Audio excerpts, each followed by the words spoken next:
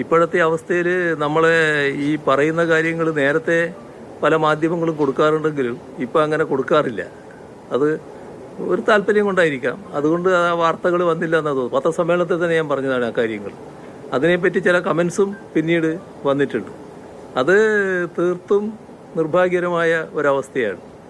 ആ പാർട്ടിയുടെ പതാക, ആ പതാകയുടെ മഹിമ അറിയാവുന്നവർ ആ പതാക വേണ്ടാന്ന് വെക്കൂ. നമ്മുടെ കോൺഗ്രസിൻ്റെ പതാകയെക്കുറിച്ച് തന്നെയാണ് ഞാൻ പറയുന്നത്. കോൺഗ്രസ് ഒരു ഘട്ടത്തിലാണല്ലോ ആ പതാക ഏറ്റെടുക്കുന്നത്.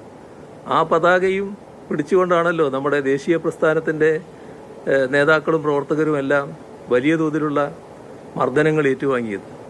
ഏതെല്ലാം സംഭവങ്ങൾ! സഖാവ് കൃഷ്ണപിള്ള കോഴിക്കോട് കടപ്പുറത്ത് ആ പതാക നെഞ്ചോട് ചേർത്ത് പിടിച്ചുകൊണ്ടല്ലേ ക്രൂരമായ മർദ്ദനത്തിനിരയായത്. എന്തെല്ലാം സംഭവങ്ങൾ! അങ്ങനെയുള്ള ആ പതാക വേണ്ട. രാഹുൽ ഗാന്ധിയെ പോലുള്ള പ്രധാനപ്പെട്ട ഒരു കോൺഗ്രസ് നേതാവ് വരുമ്പോൾ അദ്ദേഹത്തിന് ആ പതാക വേണ്ട എന്ന് തോന്നുന്നു.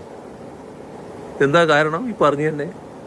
കഴിഞ്ഞ തവണ ലീഗിൻ്റെ പതാക എടുത്തപ്പോൾ അവിടെ വടക്കേ ഇന്ത്യയിൽ BJP പറഞ്ഞു പാകിസ്ഥാൻ്റെ പതാകയായിട്ടാണ് രാഹുൽ ഗാന്ധി പ്രചരണം നടത്തുന്നത്.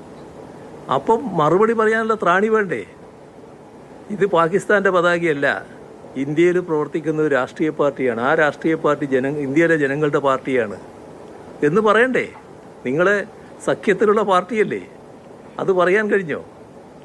അത് പറയാതെ ഇപ്പോൾ എളുപ്പവിദ്യക്ക് പതാകയെ വേണ്ട, 2 പതാകയും വേണ്ട എന്ന് നിലപാടെടുത്തു. അതല്ലേ വസ്തുത. പക്ഷേ ലീഗുകാരത് വലിയ മഹിമയായിട്ടാണ് കാണുന്നത്. ഞങ്ങൾ അതൊന്നും ഒരു പ്രശ്നമല്ല എന്ന് ചിലരുടെ പ്രതികരണങ്ങൾ കണ്ടല്ലോ. അപ്പോൾ അതൊക്കെ അവരുടെ കാര്യമാണ്. പക്ഷെ കണ്ടതിന് പറഞ്ഞു എന്ന് മാത്രം.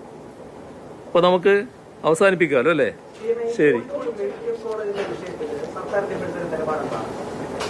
കോഴിക്കോട് മെഡിക്കൽ കോളേജ് കേരളത്തിലെ ഏറ്റവും നല്ല മെഡിക്കൽ കോളേജാണ്. അത് നല്ല മെഡിക്കൽ കോളേജുകളിൽ ഒന്നാണ്. അതിനെ കൂടുതൽ നല്ല രീതിയിൽ അഭിവൃദ്ധിപ്പെടുത്തുക എന്നുള്ളത് തന്നെയാണ് സംസ്ഥാനത്തിൻ്റെ നില. കോടതിയിലേക്ക് പോകുന്ന ഒരു സാഹചര്യം